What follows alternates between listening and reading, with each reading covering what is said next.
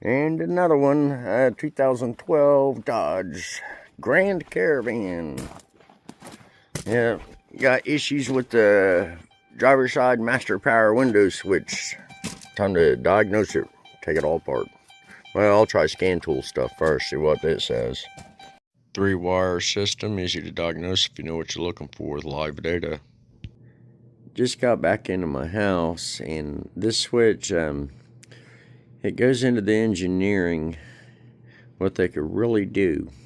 See this L and R button? Those fold in either the driver's side mirror or the passenger side mirror, or you can adjust them with this, and it depends on like how much you click these buttons. Just like these, they're actually 2 buttons in 1 button to automatically roll it down or just a little bit. And then you have down here the lockout for the windows, of course, and down here you got the locks of the door themselves. All that functionality goes to 3 wires right there. See those 3 little pin terminals right there?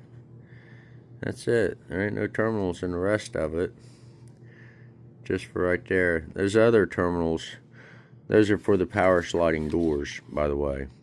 But notice all that functionality just into 3 wires. That's interesting. It gets a power, regular 12 volts. And then those other 2, one of them seems like a ground, however it's not. They operate on LIN bus, which more or less is like pull up, pull down, kinda. But they're 2 square waveforms and data packets. And that's how that signals, more or less. And it goes to another module itself. This is a module, like a computer inside of this thing, integrated circuit, printed circuit board inside there, which goes to a driver's door module. It's not a good design, I'll say that much. A little bit of water and boom, she's done. Those little wires, those terminals, those wires is way thin, little, and piddly that hook up to those anyway.